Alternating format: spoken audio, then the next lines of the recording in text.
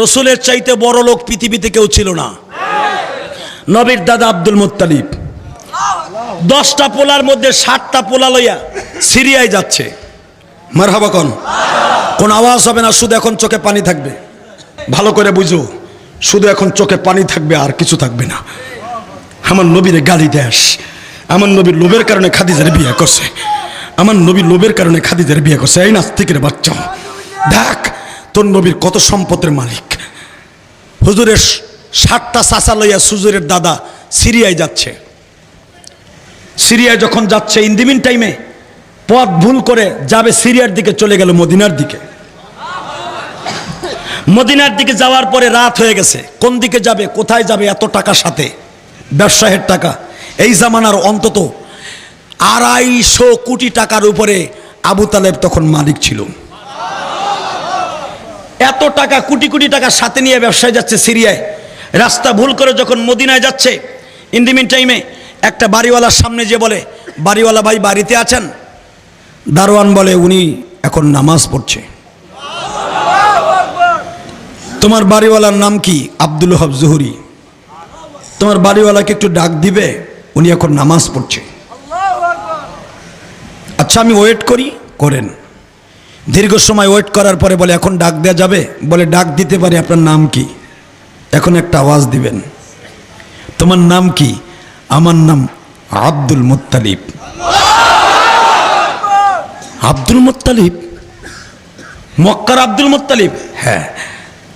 হায় হায়, আমি মাপ চাই, আপনার এত সময় দাঁড় করাই রাখছি। আপনি মক্কার প্রেসিডেন্ট, কাবা ঘরের মুতাওয়াল্লি। আচ্ছা তুমি যখন আমার চিনতে পেরেছো, কয় হ্যাঁ, তাহলে তোমার মালিককে একটু ডাকো না। বলে আমার মালিককে আমি ডাকছি, আপনি একটু অপেক্ষা করেন, আমি আগে জানলে আগেই ডেকে নিয়ে আসতাম। মালিক? মালিক কে? আপনার বাড়ির সামনে পৃথিবীর ধনীদের মধ্যে একজন, গুণবতীদের মধ্যে একজন আব্দুল মুত্তালিব আপনার বাড়ির সামনে। বলস কি আব্দুল মুত্তালিবকে টাকা দিয়ে আনা যায় না? সে আব্দুল মুত্তালিব আমার বাড়ির সামনে। দৌড়ে যে দেখে ঠিকই আব্দুল মুত্তালিব দাঁড়িয়ে আছে। আরে দোস্ত, তোমার নাম আব্দুল মুত্তালিব না? হ্যাঁ। তুমি আমার চিনতে পেরেছো? হ্যাঁ দোস্ত, বিপদে পড়ে তোমার বাড়িতে আসছি। বিপদের সময় যে বন্ধুত্ব স্থাপন করে সে হলো আসল বন্ধু। ঠিক না? ঠিক কথা বলেন না কেন? কি 12টার আগে শেষ করতে হবে? তো কি লেখছো এটা? রাখ। মারহাবা কোন? জমিনের মালিককে ডিস্টার্ব করিস না তোরা। কিছু না, 12টা বাজতে 10 মিনিট বাকি আছে, মানে ও সংকেত দিচ্ছে যে আগামীকালকের আবাসটা দিয়ে দেন। দিমুনিরা একটু পরে।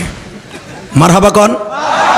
আব্দুল মুত্তালিব বলতেছে, দোস্ত আমার চিনতে পেরেছো? হ্যাঁ। তোমার নাম আব্দুল মুত্তালিব না? হ্যাঁ। আমার নাম আব্দুল ওহাব জুহরি। দোস্ত ঘরের মধ্যে আসো না। দুই বন্ধু আলাপ আলোচনা চলছে। ইন দি মিন টাইমে বন্ধুকে জিজ্ঞেস করে, দোস্ত তোমার ছেলে মেয়ে কয়জন? এদের 7 জনদের লগে লিয়ে আসছে, এগুলো তোমার ভাই নাকি? কয় না, এগুলো আমার পোলা। তো তোমার ছেলে মেয়ে কয়জন? কয় 16 জন। কয়টা? দোস্তরে 16টা ছেলে মেয়ে। ছেলে কয়টা? কয় 10টা। মেয়ে কয়টা? 6টা। এ দোস্ত এত ছেলে মেয়ে কোথায় পাইলি?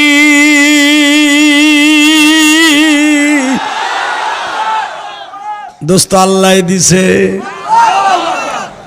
দোস্ত আমার 16টা ছেলে মেয়ে নিয়ে আমি অনেক সুখে শান্তিতে আছি। জিজ্ঞাসা করছে, দোস্ত তোমার কয়টা?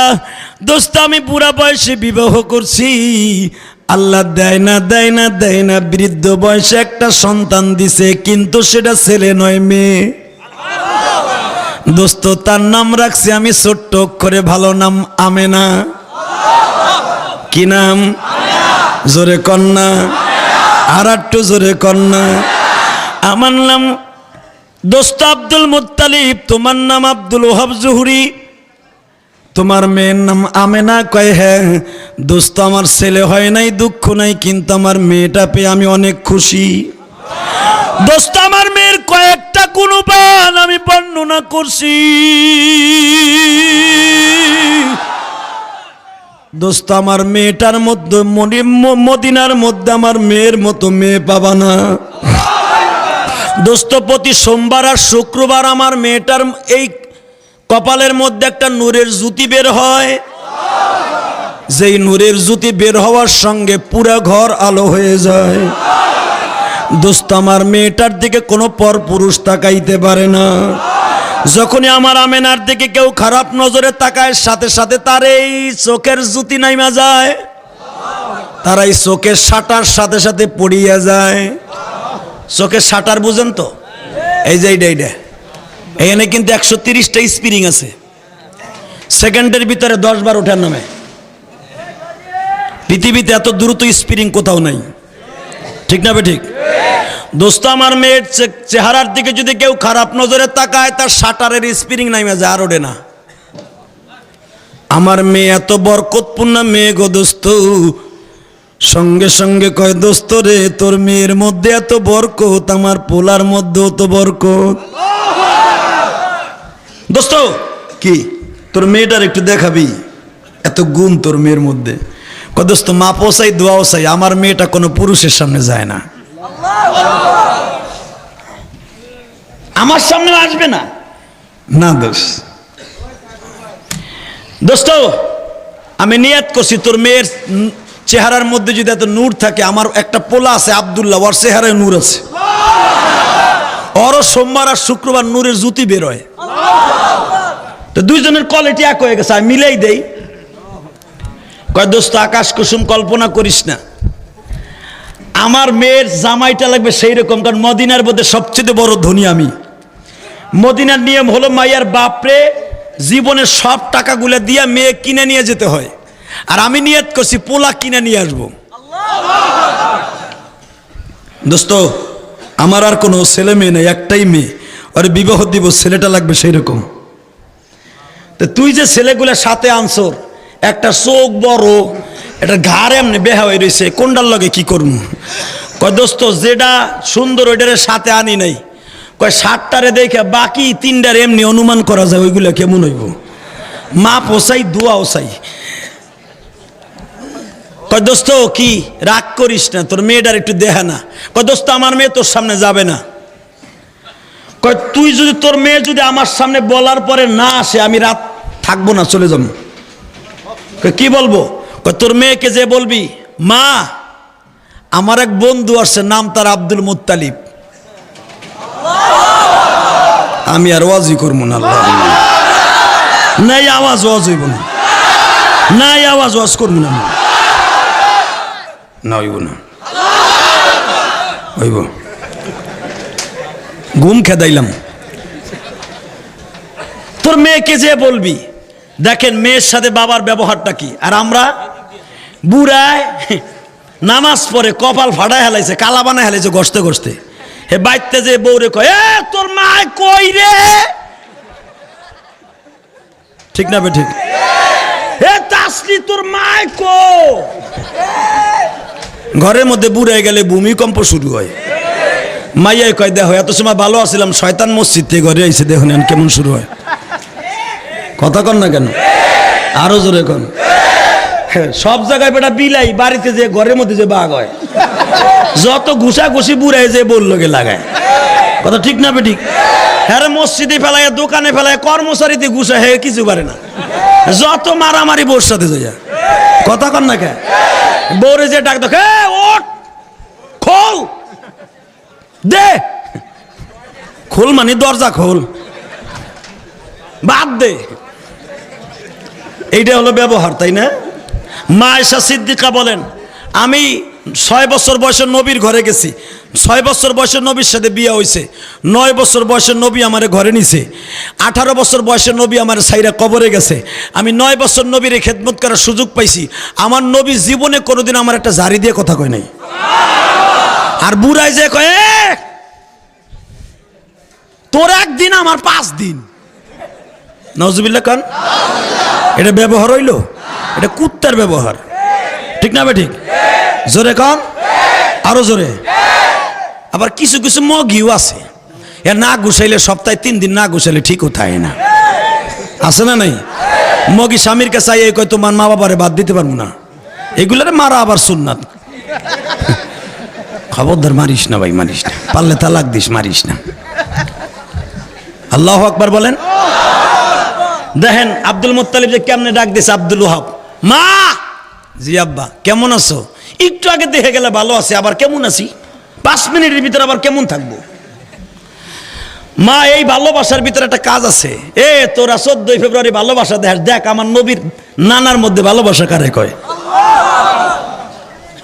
মা, কি আমি তোমার অনেক ভালোবাসি? কয় আমি জানি, একটা মাত্র মাই আমারে ভালো না বাসা কই যাবা? মা, আমার বাড়ি একজন মেহমান আইছে, জানো আসরের রক্ত? কয় জানি। হ্যাঁ, নাম আব্দুল মুত্তালিব। উনি মক্কা ঘরের খাদেম, উনি মক্কার প্রেসিডেন্ট। মা, উনি তোমার একটু দেখতে চাইছে, তুমি কি একটু দেখবা? মা মেনা বলে, আব্বা কারোর সামনে না গেলে ওনার সামনে যাব। জিজ্ঞেস করে, কেন মা, ওনার সামনে কেন যাবা? আব্বা যাওয়ার কারণ আছে, ওনারে আমি অনেকবার স্বপ্নে দেখছি। মা, তাহলে একটা কথা বলি, তাহলে ওনার সামনে তুমি চলো। আমার দিকে তাকান। মা মেনার হাতের মধ্যে গিলাস, আর এক হাতের ভিতরে খেজুর, খেজুরের প্লেট, গিলাস নিয়ে যখন মা মেনা, এদিক তাকাও, বসো। যখন মা মেনা এক হাতে গিলাস আর এক হাতে খেজুরের প্লেট, এখন একটা আওয়াজ হবে। কেবল দরজার কাছে দাঁড়িয়েছে, দাঁড়াইতে দেরি আছে, আমেনার চেহারার মধ্যে নূর উঠতে দেরি নাই। বাজানরে, দরজার কাছে দাঁড়াইবার সঙ্গে সঙ্গে আব্দুল মুত্তালিব দাঁড়ায় গেছে। দোস্ত রে, এই মেয়েটা কার? দোস্ত, এই মেয়েটা কাহারেও নয়, আমার মা আমেনা। দোস্ত, যার কথা বলছিলাম পৃথিবীর কারোর সাথে তুলনা হয় না, নাম রাখছি তার আমেনা।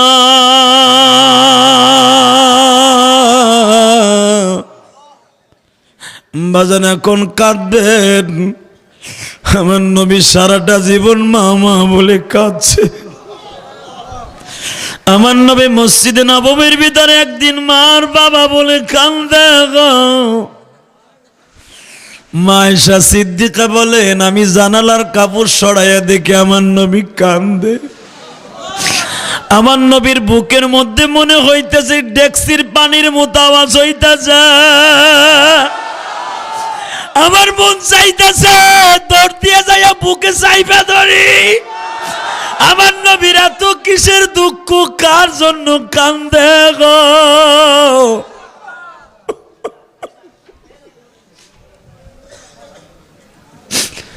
আয়েশা বলে, একটু পরে কান লাগাইয়া দেখি মা মা বলে কান্দে।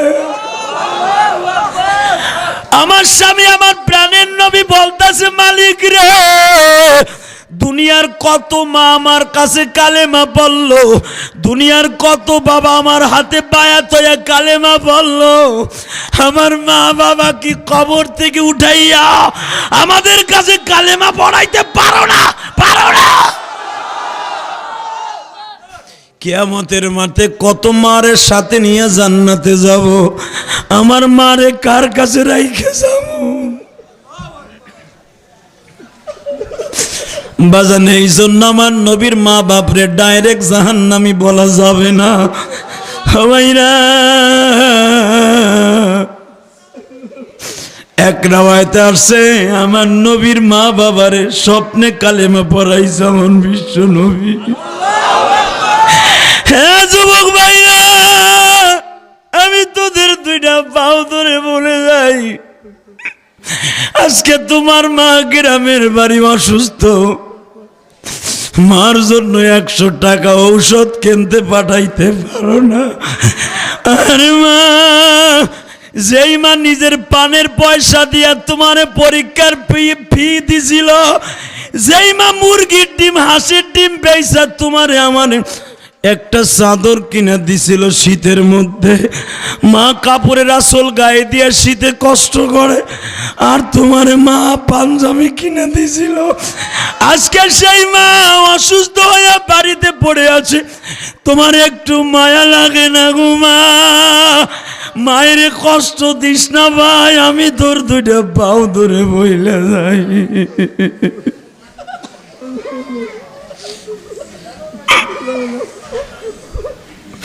ও আমার শিল্পপতি ভাইরা, চোখের পানি মাল লেগে বরাদ্দ করো। যেই মা জীবনে তুমি আর আমি অসুস্থ হইলে মা চোখের পানি কখনোই ফুরাইতো না, মসজিদের ইমামের কাছে দৌড়াইতো আর বলতো, হুজুর আমার জাদুর একটা ফু দিয়ে দেন, আমার জাদুর 3 দিন ধরে জ্বর আসছে, আমার দাদু নিঃশ্বাস ছাড়তে পারে না। আজকে সেই মায়েরে তোমরা কষ্ট দাও গো ভাই, বাবারে কষ্ট দিও না। আল্লাহর জাহান্নাম ছাড়া তুমি বাঁচতে পারবে না।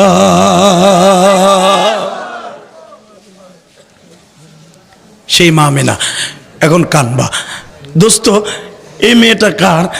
দোস্ত এটাই তো আমার মেয়ে আমেনা। যুবক আরো জোরে বলো আল্লাহ, আল্লাহু আকবার, আরো জোরে বলো। দোস্ত আমি জীবনে কারো কাছে কিছু চাই নাই রে দোস্ত, আমি জীবনে এত সুন্দর মেয়ে দেখি নাই দোস্ত। আমি তোর 2টা পাও ধরছি, আমি আব্দুল মুত্তালিব রুমে কায়সারের সামনে কোনোদিন মাথা নত করি নাই দোস্ত। আমি তোর কাছে 2টা হাত জোর করে বলছি, তোর মেয়েটা আমারে ভিক্ষা দে, তোর মেয়েটা আমারে ভিক্ষা দে দোস্ত, তোর মেয়েটা আমারে ভিক্ষা দে। আমার নবীরে গালি দেশ যখন বলছে, দোষ তোর কোন ছেলের সাথে দিব, তোর একটা ছেলেও তো আমার পছন্দ হয় না দোষ। বিশ্বাস কর আমার একটা ছেলে আছে, নাম তোর আব্দুল্লাহ, আমি ওরে আনি নাই দোস্ত। তুই ওরে দেখলে পাগল হয়ে যাবি, তুই ওরে পাগল হয়ে যাবি দোস্ত। তোর 7টা পোলার স্যাম্পল দিয়ে বোঝা যায় বাকিগুলো কি হবে। আমি এত তাড়াতাড়ি রাজি হব না। আব্দুল মুত্তালিব বলে, তোর মেয়ে না নিয়ে আমি এই বাড়ির থেকে যাব না। দোষ আমার মেয়ে তোর আমার ছেলে দেখতে চাস?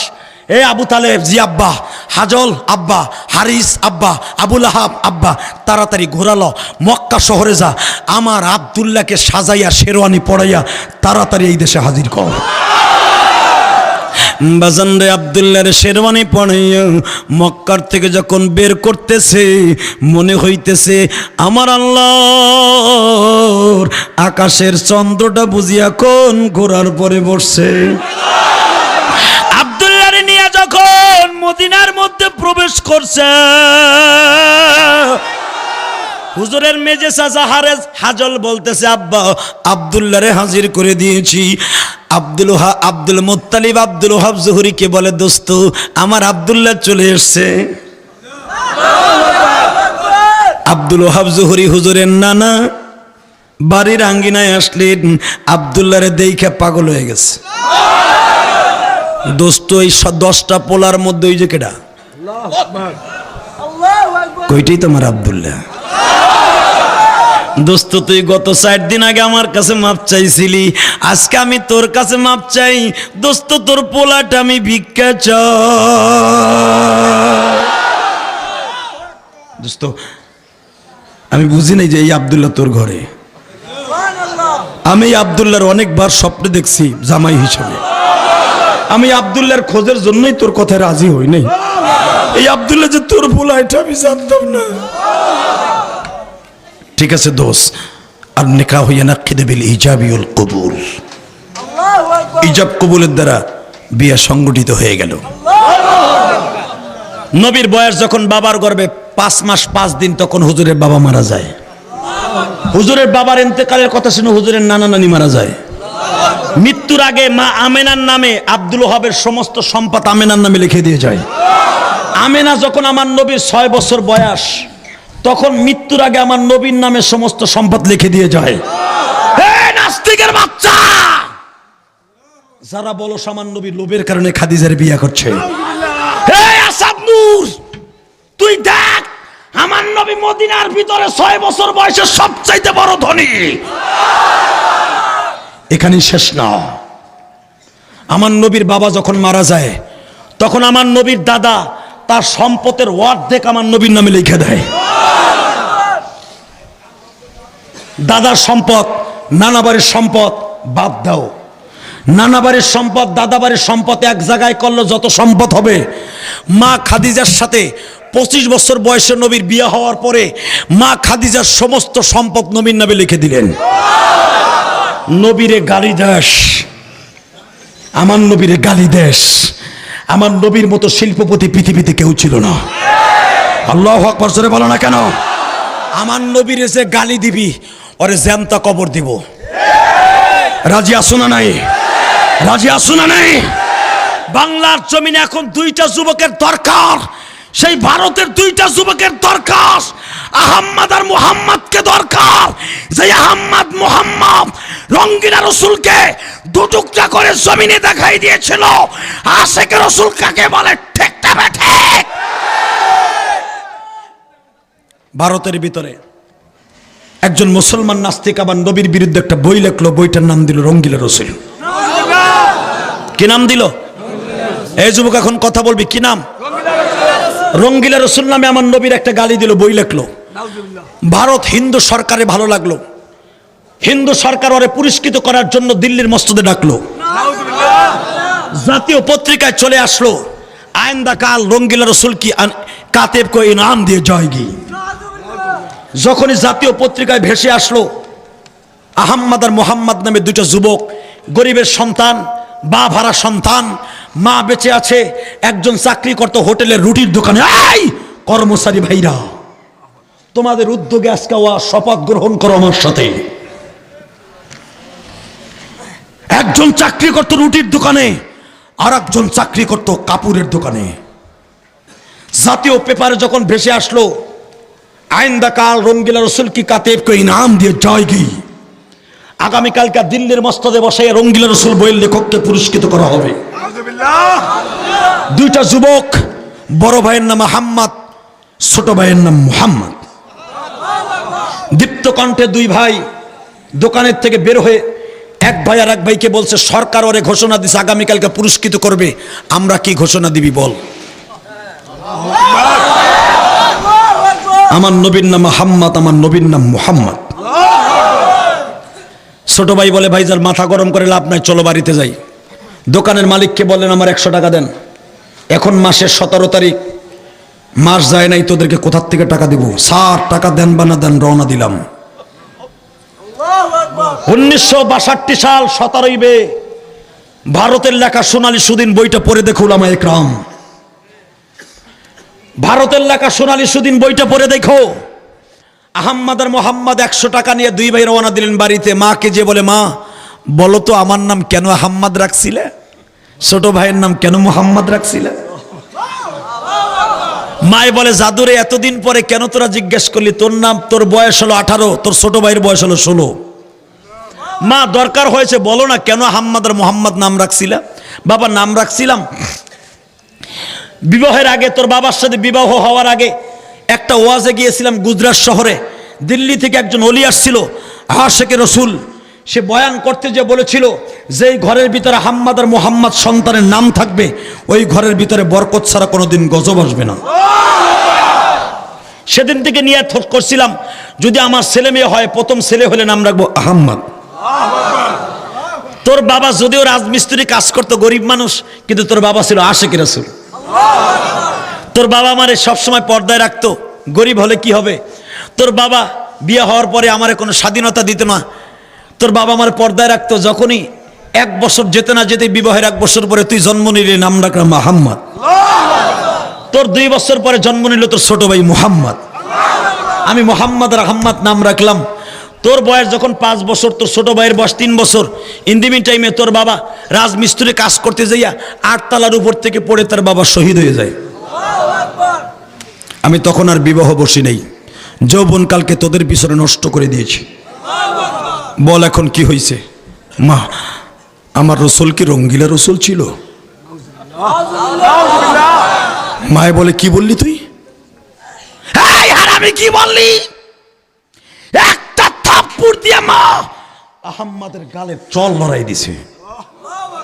বেঈমান, তুই আমার নবীরে রঙ্গিলা রসুল বলস? মা আমি বলি নাই মা। কে বলেছে? সে যেই হোক, তুই বললি কেন? মা, ভারতের একটা নাস্তিক মুসলমানের পোলা, সে আমার নবীরে গালি দিছে রঙ্গিলা রসুল বলে। এই আসাদ নূরের মতো নাস্তিক, এই বরিশালের আসাদ নূরের মতো নাস্তিক, যে আসাদ নূর আমার নবীকে প্রতিদিন ফেসবুকে গালি দিয়ে বলে নবী মুহাম্মদ ছিল দর্শক, নবী মুহাম্মদ ছিল একজন লোভী। ওরে অ্যারেস্ট করা হয়েছে, ওরে অ্যারেস্ট করলে ছাড়লে হবে না, ওরে বাইতুল মোকাররমের সামনে মুসল্লিদের হাতে তুলে দিতে হবে। আর এক এক টুকরা কাটবো, এক এক টুকরা কাটবো, আর দেখাই দিব আমার নবীর আশেকের রসুল কত বাংলার জমিনে আছে। আমার দিকে তাকাও, এই আসাদ নূরের মতো নাস্তিক ওই মোফাজ্জল ইসলাম মোফা লন্ডন বসে আমার নবীর সন্ত্রাসী বলে গালি দেয়। এরকম নাস্তিক আমার নবীর রঙ্গিলা রসুল গালি দিছে। মা আহম্মদ আর মোহাম্মদের মা বলে কি বলছে তাই বল, সরকার বলছে ওরে কালকে পুরস্কার দিবে 10টার সময়। কোথায়? দিল্লি। আহম্মদ আর মোহাম্মদের মা বললেন আমি মাও তোদের সাথে ডিক্লেয়ার দিলাম, ভারত সরকার হলো জনগণের সরকার, আমি মা হলাম তোকে দুই ভাইয়ের সরকার। তুই হলে আশেকে রসুলের সন্তান, তুই হলে আশেকে রসুলের সন্তানের সন্তান, আমি মা আশেকে রসুল। আমি বলছি আগামীকালকে 10টা বাজার আগে আমি মা সরকার বলছি, ওই নাস্তিক পৃথিবীর যে প্রান্তেই হোক ওরে ডাইরেক্ট খুন করবি। মা এখান থেকে দিল্লি যাইতে 3 দিন সময় লাগবে, গুজরাট থেকে দিল্লি যাইতে মা 48 ঘন্টা সময় লাগে, ট্রেনে গেলে 48 ঘন্টা, বাসে গেলে 72 ঘন্টা। মা 1250 কিলোমিটার পথ কেমনে যাবো এক রাত্রে?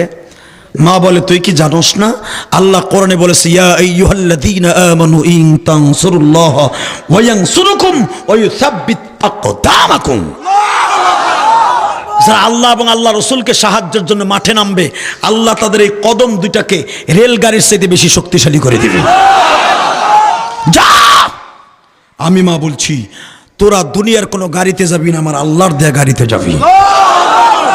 আমি মা যাই নামাজে বসলাম, পৃথিবীতে একটা মাত্র দরদি আছে, একটা মাত্র দরদি আছে যার দোয়া মিস নাই। পৃথিবীতে যত প্রকার পীর দেখো, পার দেখো, যাই দেখো, মা বাবার চাইতে বড় পীর কেউ নাই। কথা ঠিক না বেঠে? আজকে পীরের লাইগা গরু কিনা নিয়ে যায় সুদের টাকা দিয়া, আর মারে সারা বছরের ভিতরে 1 কেজি গোশ খাওয়ায় না। মার কাপড়টা ছিঁড়ে গেছে, শীতের পোশাক নাই, একটা জুতা নাই, বাবার একটা লুঙ্গি নাই, লুঙ্গি কিনে দেওয়ার পয়সা নাই, পীরের লাইগা গরু কিনে নিয়ে যায়। তোর কপালে জুতার বাড়ি ঠিক না বেঠে?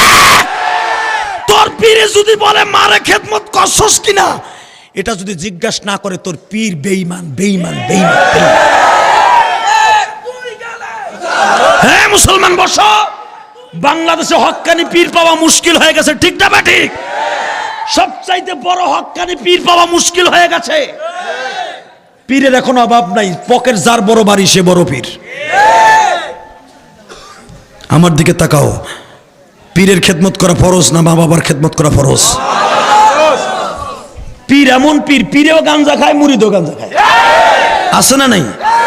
আরে বাবা রে বাবা, পীরে কয় কি আমার 1 কইলা বানাই দে, বানাই কেমনে?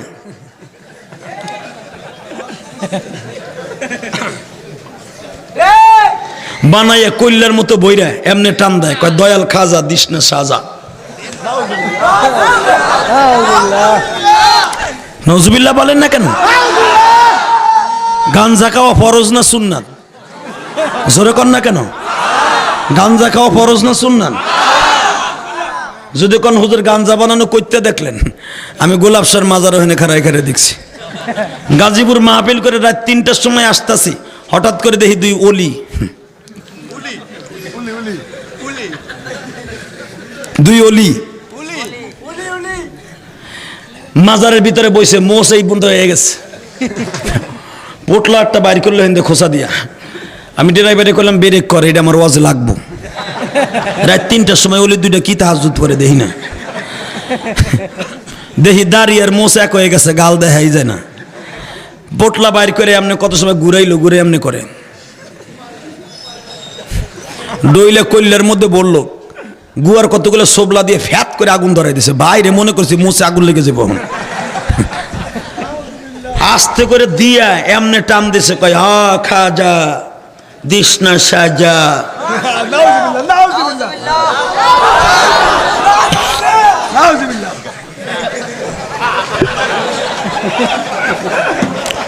ও টান দিয়ে আর এক মগার কাছে ধরিয়ে দিছে। ও নি পাইয়া পাগলের মতো শুরু করছে, টান দিয়ে দুইটা হন বয়ে রয়েছে।